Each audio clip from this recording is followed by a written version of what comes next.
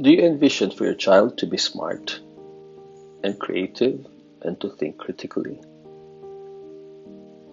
May I suggest that the child is actually wired to be those?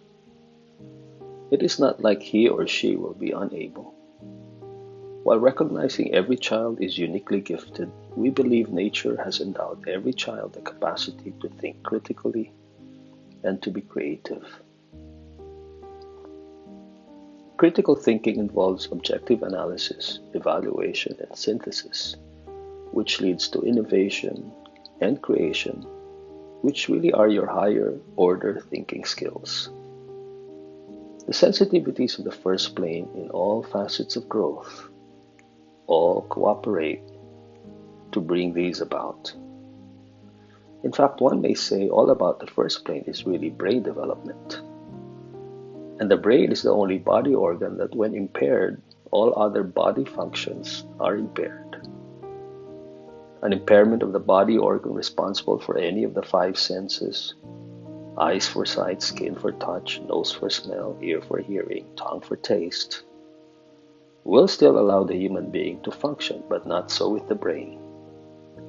It does make sense that in understanding the nature of physiological development, the brain takes precedence in terms of sensitivity happening even from the womb and encompassing the seminal years of infancy and early childhood.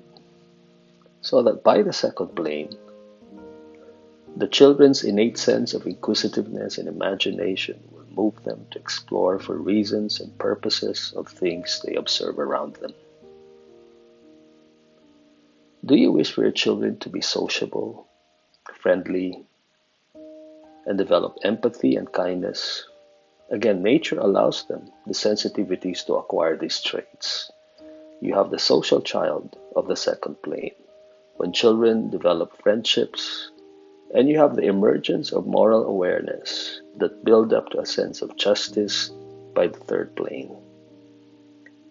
What about being good morally, to be fair and just? We believe, again, children have the wiring for these traits when they step onto the second plane and third plane.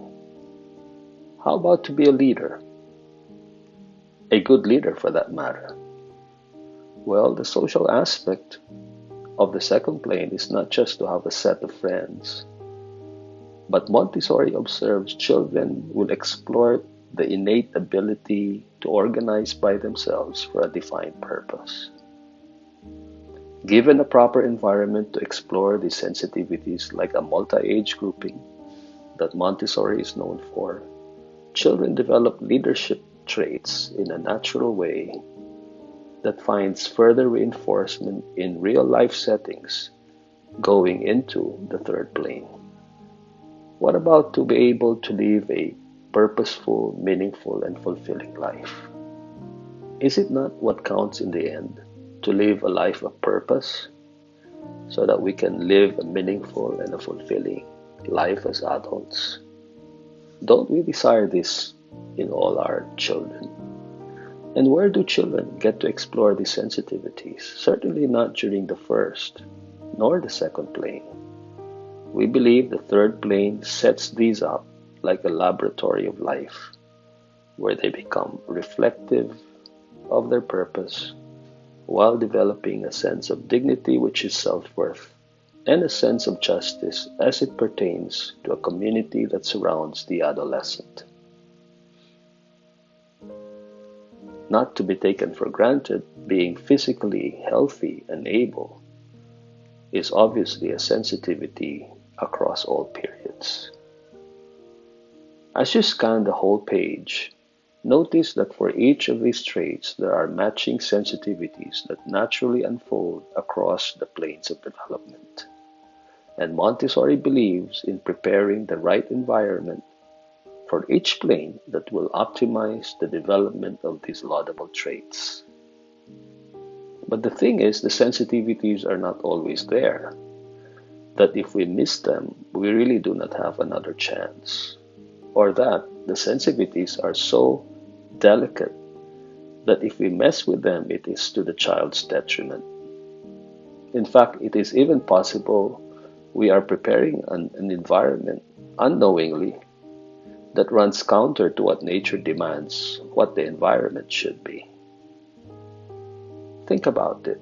The adults, indeed, both from the home and in partnership with trained Montessori guides, do have crucial roles in bringing up a beautiful child to become a beautiful adult. It is thus a privilege that must be understood very well, ethically, morally, and scientifically.